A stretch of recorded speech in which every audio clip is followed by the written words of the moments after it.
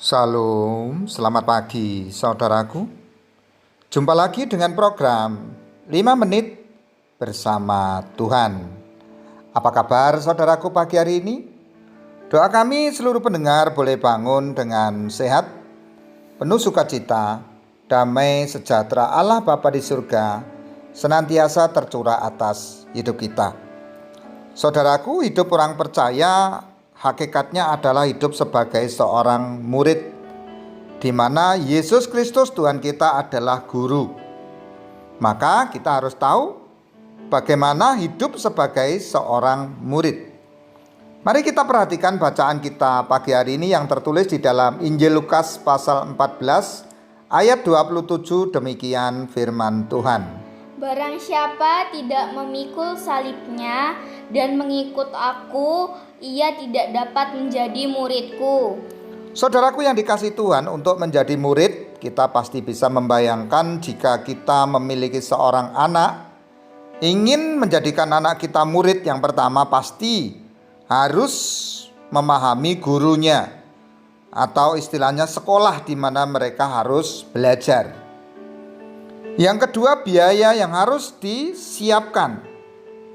Yang ketiga, fasilitas-fasilitas yang ada.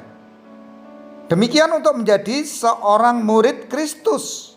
Dalam bacaan kita bisa perhatikan untuk menjadi murid Kristus harus mengutamakan Tuhan. Kalau kita membaca dari ayat 25 sampai 26. Tidak mengutamakan keluarga, tidak mengutamakan kepentingan pribadi, tidak mengutamakan kelompok pekerjaan.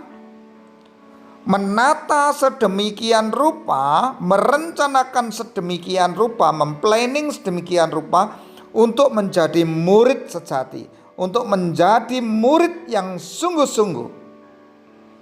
Maka Tuhan Yesus mengajarkan dengan tegas, barang siapa tidak memikul salibnya, sampai di situ dulu. Memikul salibnya adalah menanggalkan segala kepentingan pribadi, kepentingan kedagingan, di mana semua itu bisa menghalangi ketika kita menjadi murid. Karena menjadi murid sekaligus menjadi seorang hamba yang harus taat kepada tuannya. Satu bagian kebenaran firman Tuhan juga mengatakan bahwa barang siapa mencintai dunia berarti membenci Yesus. Artinya untuk menjadi murid Yesus harus menyangkal dirinya, memikul salibnya, baru disebut sebagai murid Yesus. Tuhan Yesus berkata, barang siapa tidak memikul salibnya dan mengikut aku, ia tidak dapat menjadi muridku. Jadi untuk menjadi murid Yesus, yang pertama adalah memikul salib. Yang kedua adalah mengikut Yesus.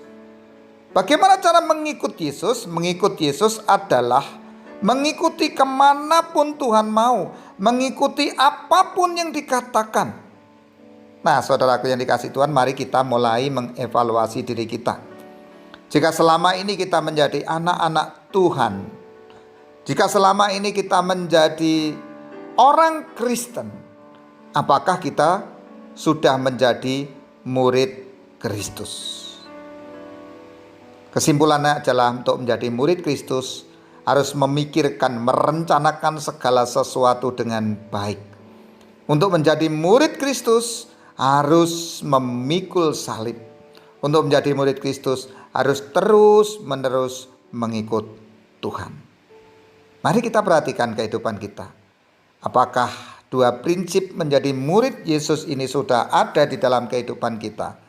Atau kita masih mengutamakan kepentingan diri kita pribadi? Mari kita berdoa.